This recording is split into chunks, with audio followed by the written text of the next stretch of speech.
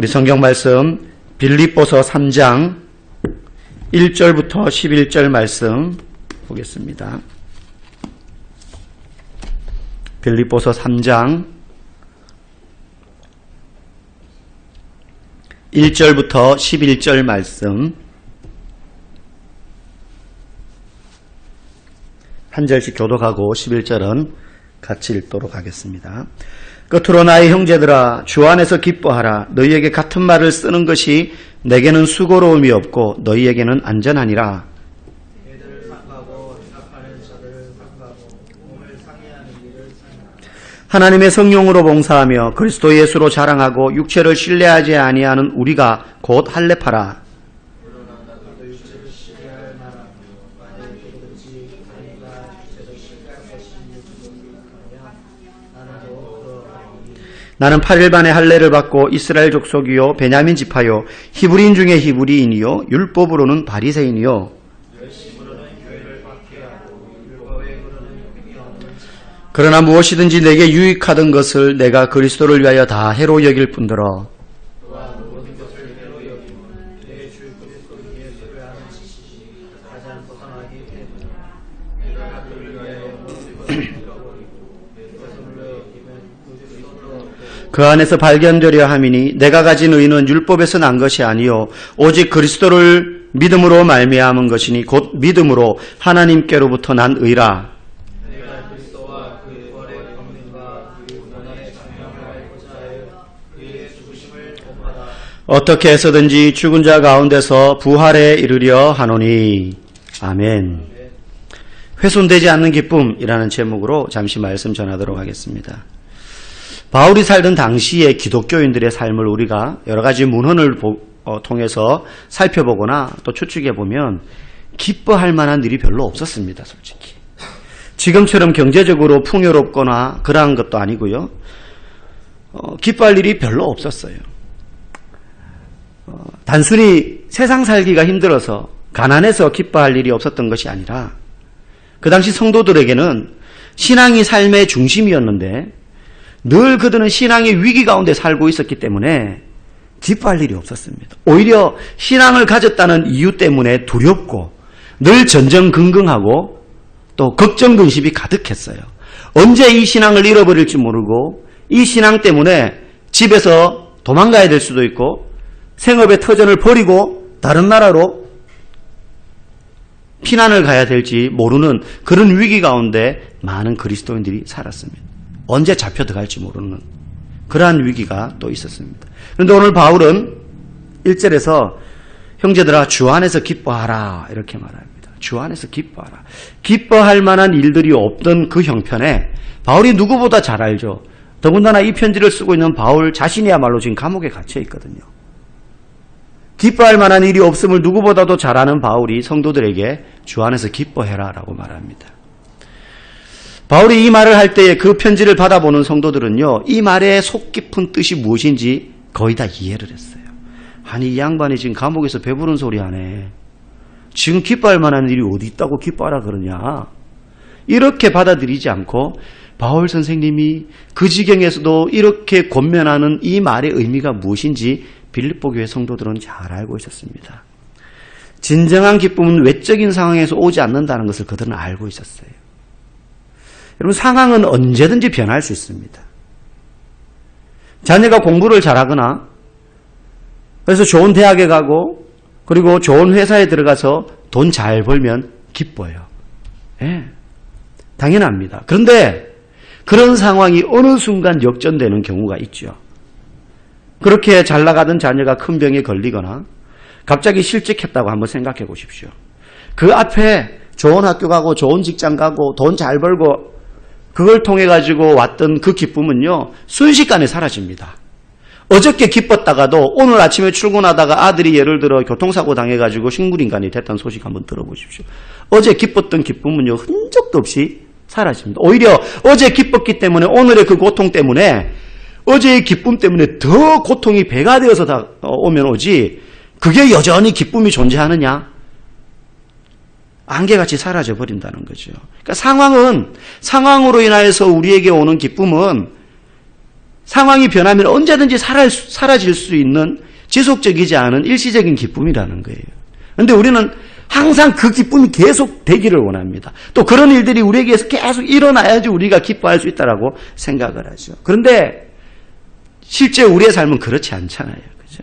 기쁜 일도 있지만은 상황적으로 또 힘든 일도 있고 그 힘든 일 때문에 기쁜 일이 그냥 반감되기도 하고 아니면 그 기쁨 때문에 오히려 더 고통스럽게 다가오고 차라리 그때 그러지 않았더라면 차라리 우리가 예를 들어 그 학교에 가지 않았더라면 우리가 거기 놀러 가지 않았더라면 그게 기뻤던 일인데 상황이 바뀌고 나면 그게 우리에게 더 큰 고통으로도 다가온단 말이죠. 예전에 제가 군대에 있을 때 대구 아마 기억하시는 분 있을 겁니다. 대구 지하철 공사하는데 가스가 터져가지고 막 복공판 그 철판 있잖아요. 그게 막 날아가가지고 몇백 미터 떨어져 있는 운동장에 그게 박히고 버스가 붕 떴다가 몇 메다 떴다가 내려앉고 막 그랬던 사건이 있었습니다. 제가 그때 군대에 있을 때고 저희 집이 그 근처였어요. 그때 나중에 뭐 여러 가지 큰 사고가 나면 또 비하인드 스토리가 많이 있잖아요.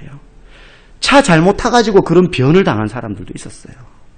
또 어떤 사람은 늘 그 코스로 그 차를 타고 다니는데 늦어가지고 해필 그 시간에 늦게 다른 버스를 타서 지나가다가 정상적으로 일찍 갔으면 지나갔을 텐데 그렇지 못해서 변을 당한 사람들이죠. 그럴 때 우리는 어떻습니까? 해필 그래가지고 기쁨이 더 큰 고통으로 다가온단 말입니다.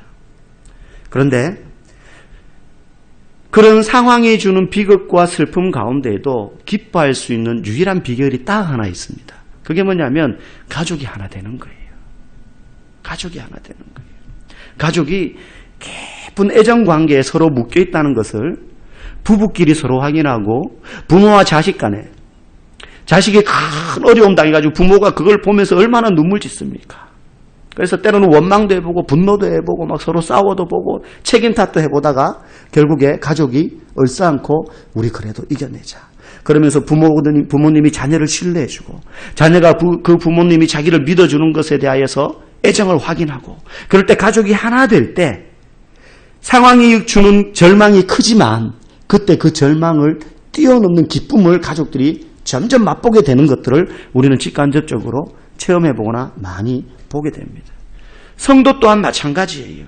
예수님의 십자가를 통해서 그분이 우리에게 베풀어 주신 그 큰 사랑을 우리가 굳게 확신하고 있으면 가족 간의 그 애정이 확인될 때에 상황이 주는 고난보다 고통보다 그 애정에 대한 확인 때문에 주는 기쁨과 소망이 더 크게 되는 것처럼 예수 그리스도께서 우리를 얼마나 사랑하시는지에 대한 사랑이 우리의 마음속에 깊이 새겨진 못처럼 쫙 박혀 있으면 상황이 주는 슬픔과 아픔이 있음에도 불구하고 그 그리스도의 사랑에 대한 확신 때문에 그 상황이 주는 고통의 크기를 압도하는 기쁨이 우리 속에서 솟아나기 시작한다는 것입니다. 솟아나기 시작한다는 거예요. 예수님의 그 십자가의 죽음을 통해서 우리에게 보여주신 사랑과 소망과 기쁨은요, 이 땅을 살아가면서 우리가 겪게 되는 크고 작은 삶의 문제 때문에 훼손될 만큼 그 사랑은 엉성하지 않습니다. 그 주님의 사랑은요, 어떤 상황보다 문제보다 더 크고 견고하다는 것입니다. 때로 내가 그렇게 느끼지 못한다고 할지라도 그것과 상관없이 주님의 사랑은 변하지 않고 신실하시다는 거예요. 신실하시다는 거예요. 오늘 많은 사람들은 부모 세대보다 풍요롭게 살고 있습니다. 여러분 그렇지 않습니까? 먹고 살기 힘든 세대다라고 말하지만 저만 해도 뭐 살아서 부유하진 않지만 저희 부모님보다는 훨씬 부유하게 살아요. 네.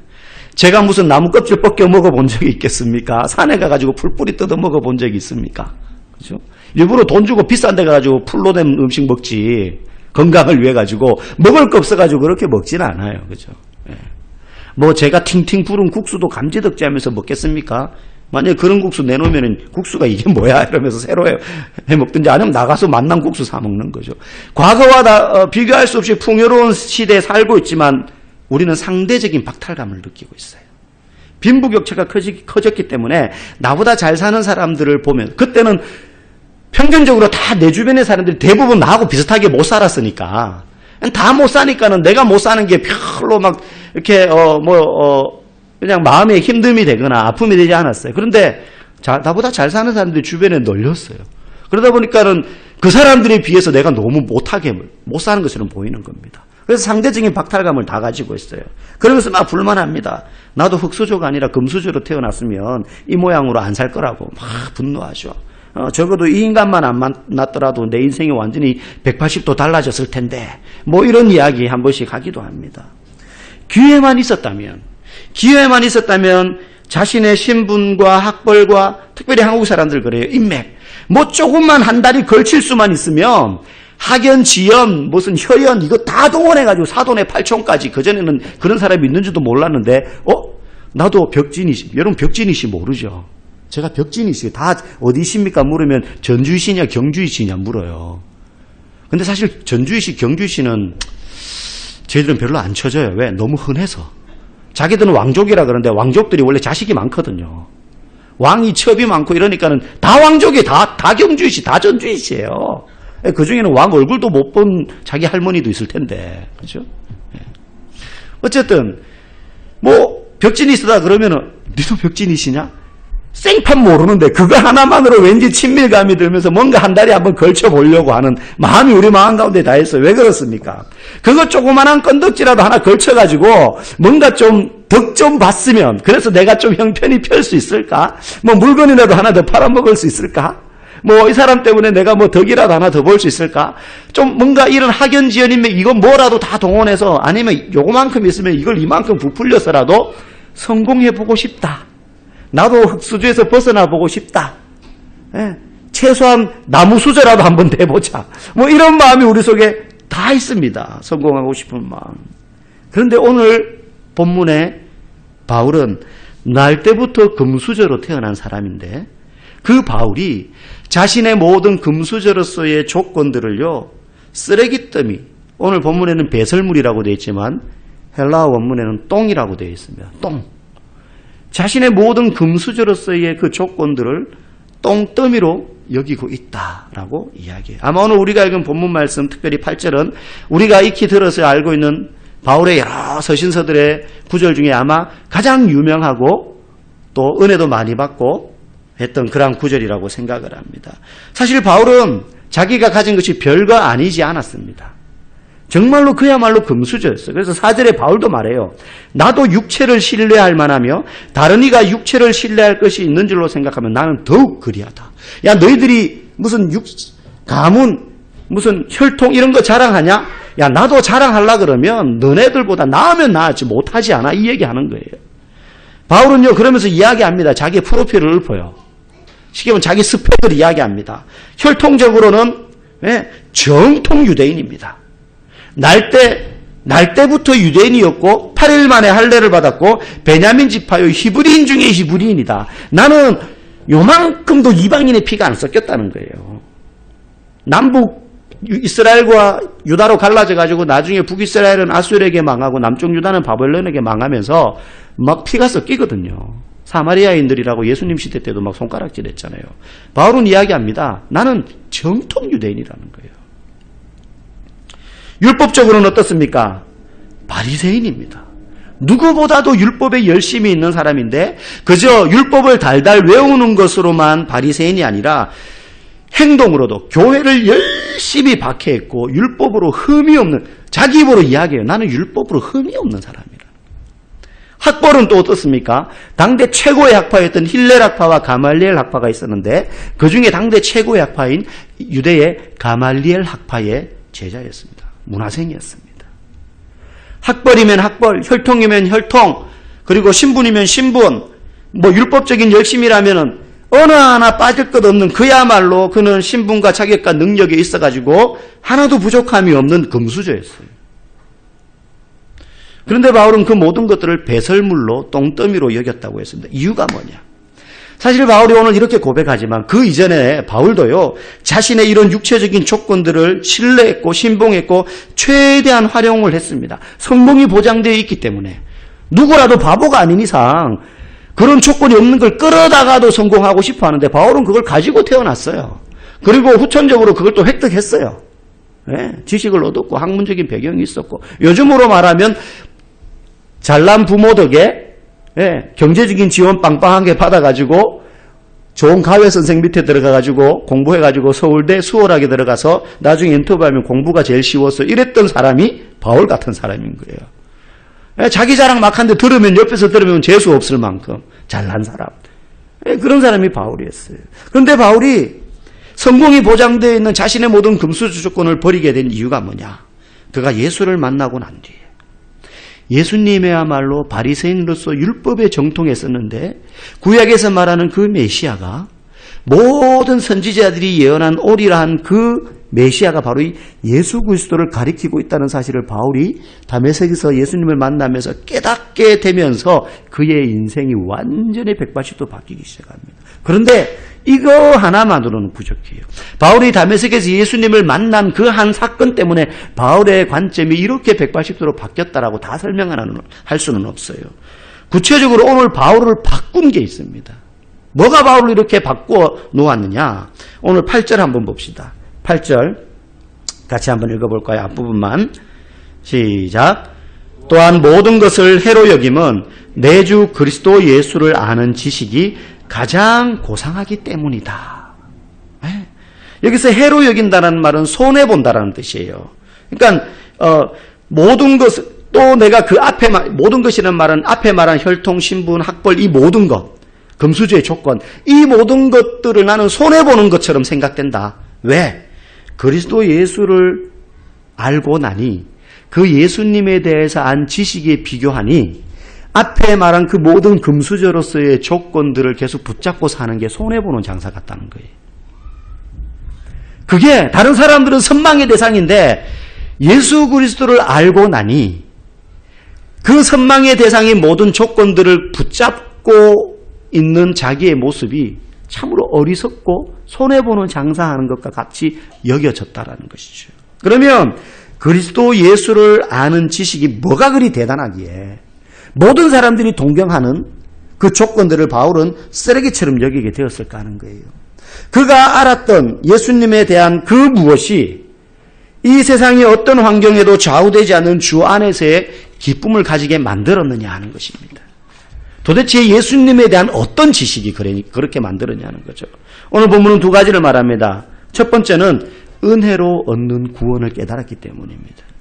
이전까지 그 예수님에 대해서 알기 전까지 바울은 다른 모든 종교의 열심인 사람과 동일하게 특별히 바울은 율법과 학문에서 누구보다도 열심히 있었고 지식에 넘칠 뿐만 아니라 실제 행동 등에도 그리스도인들을 핍박하는데 제일 앞장섰던, 그리스도인들을 핍박한다라는 것은 그만큼 율법에 철저했다라는 거예요. 그래서 율법에 철저한 바리새인으로서는 당연히 해야 될 의무였어요. 그 의무를 누구보다도 열심히 행했던 사람입니다.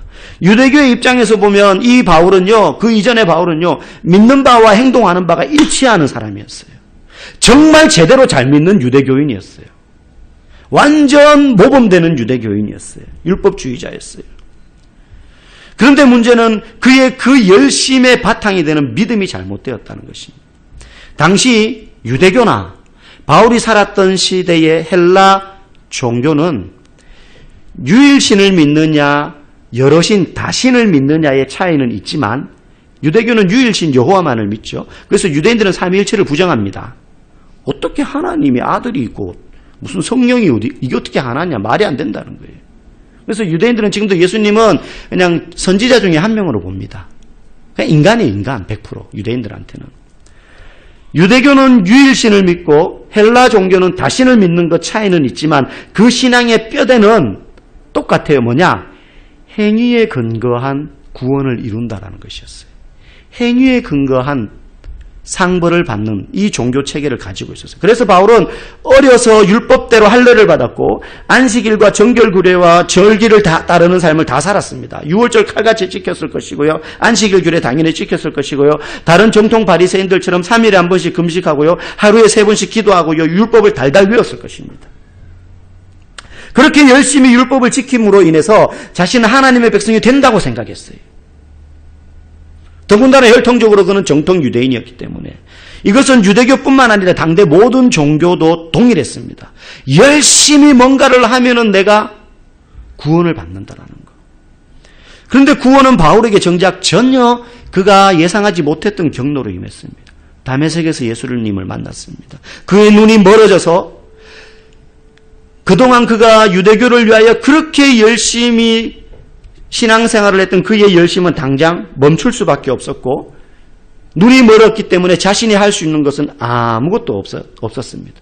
오히려 그가 핍박하던 그리스도인들의 손에 이끌려서 지내게 되었고 나중에 아나니아에 의하여서 안수받아서 눈을 뜨기까지 사흘 동안 그는 전적으로 무능력한 사람이 되었습니다. 그의 열심을 전혀 사용할 수 없었습니다. 지금까지 바울이 이뤄왔던 지식과 배경과 능력과 열심은 그 앞 못 보는 문제를 해결하는 그 삶의 위기를 해결하는데 무용지물이었어요. 아무데도 쓸데가 없었어요. 오직 은혜로 눈을 뜨게 된 것입니다.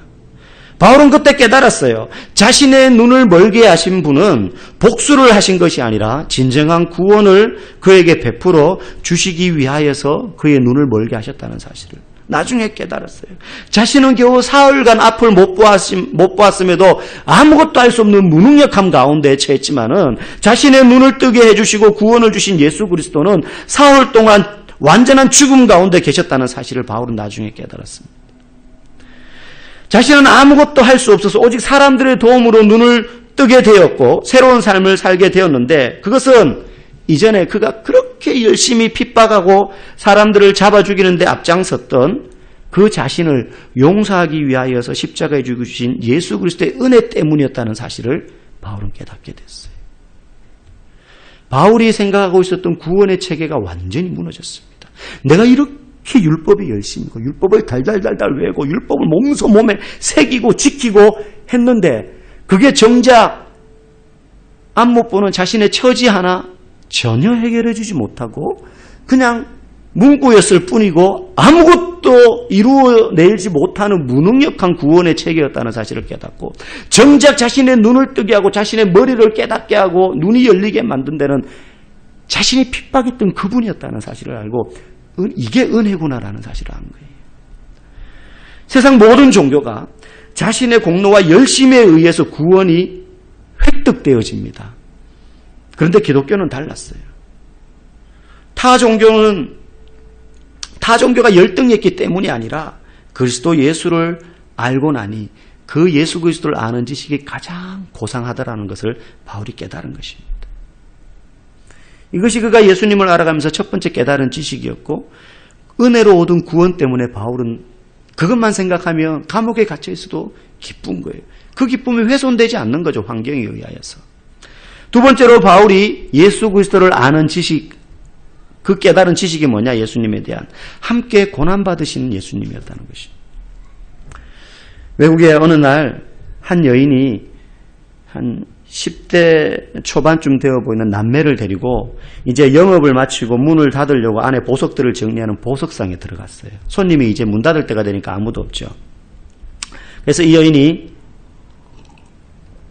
보석을 정리하고 있는 점원한테 목걸이 하나를 이렇게 내밉니다. 이거 좀 사주세요. 그러니까 팔려고 온 거죠, 목걸이를. 그러니까 점원이 잠깐 이렇게 훑어봅니다. 훑어보면서 이거 왜 팔려고 하시죠? 근데 여인이 이야기하는 거예요, 엄마가. 내일이 파산입니다. 그러니까 오늘이 끝인 거예요, 마지막. 돈이 하나도 없는 거죠. 애들 먹일 빵값도 없는 거죠. 내일이 제 파산입니다. 그러니까 이제 점원이 보더니만 좀 더 면밀히 좀 감정을 해봐야 될 것 같다고. 그래가지고 이제 이쪽으로 가서 뭐 장비를 꺼내는 거죠. 이렇게 막 살펴봅니다. 그래서 다 살펴보더니만 아줌마에게 물어요. 얼마나 받고 싶으세요? 근데 여인이 잘 모르겠어요. 친정 어머니가 돌아가시면서 물려주신 거라 가격을 몰라요. 그래서 이 점원이 다시 한번 면밀히 살펴보더니 이렇게 물어요. 팔려는 이유가 경제적인 이유뿐인가요? 네, 그래요. 감정을 다 마친 보석상이 이제 금고에서 현찰을 막 살려줘요. 척척척 살려대면 돈을 줍니다. 그래서 돈을 주면서 목걸이도 같이 딱 건네주는 거예요. 그러니까 여인이 당황해가지고 이거 왜 그러시냐고. 왜 그러시냐고. 이거 팔아야지 돈을 내가 받을 수 있다고. 그러자 이 점원이 이렇게 말했어요. 어머니가 주신 거라면서요. 그럼 팔면 안 되죠. 팔면 안 되죠. 그러니까 여인이 막 당황해서 어쩔 줄을 몰라 하는 거예요. 그러면서 이 점원이 거기에서 끝나지 않고 그 10대 초반의 아들한테 말하는 거예요. 어머니 네가 잘 보살펴 드려야 된다.